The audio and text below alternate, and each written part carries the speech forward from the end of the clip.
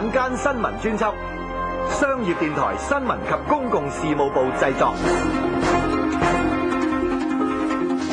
呢次晚間新聞專輯由朱啟謙主持。首先係重點新聞：天水圍天富苑早上有懷疑腐蝕液體從高處墮下，一名男子被淺傷送院治理。大廈管理處話正安裝閉路電視監察高空雜物，有居民就表示擔心。林景彤報道。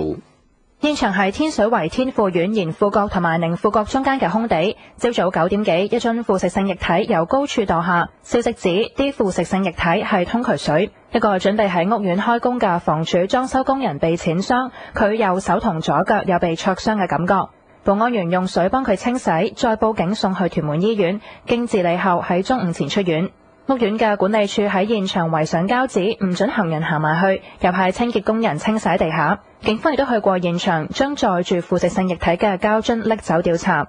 有居民話屋苑好少發生高空雜物事件，但出入時都會留意多啲。侵蝕嘅液體啦，即係幾驚嘅，幾恐怖嘅。因為而家我哋行都係多數都行喺禪縫道啊，或者即係唔會話咁樣行過去咯。盡量行埋邊咯，唔好行出去出邊咯。呢個如果佢係咁多樓層咧咁高咧，佢邊個掟落嚟都好難去避免㗎啦。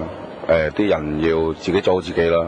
而屋苑保安員話，大廈出入口都有閉路電視，管理處正計劃喺大廈外牆安裝閉路電視。我哋每一座嘅大廈都本身裏邊都有閉路電視系統。咁至於我哋個大廈嘅外圍呢，就而家呢，我哋嘅屋苑呢，就係做緊呢個閉路電視系統嘅即係話嘅處理緊嘅。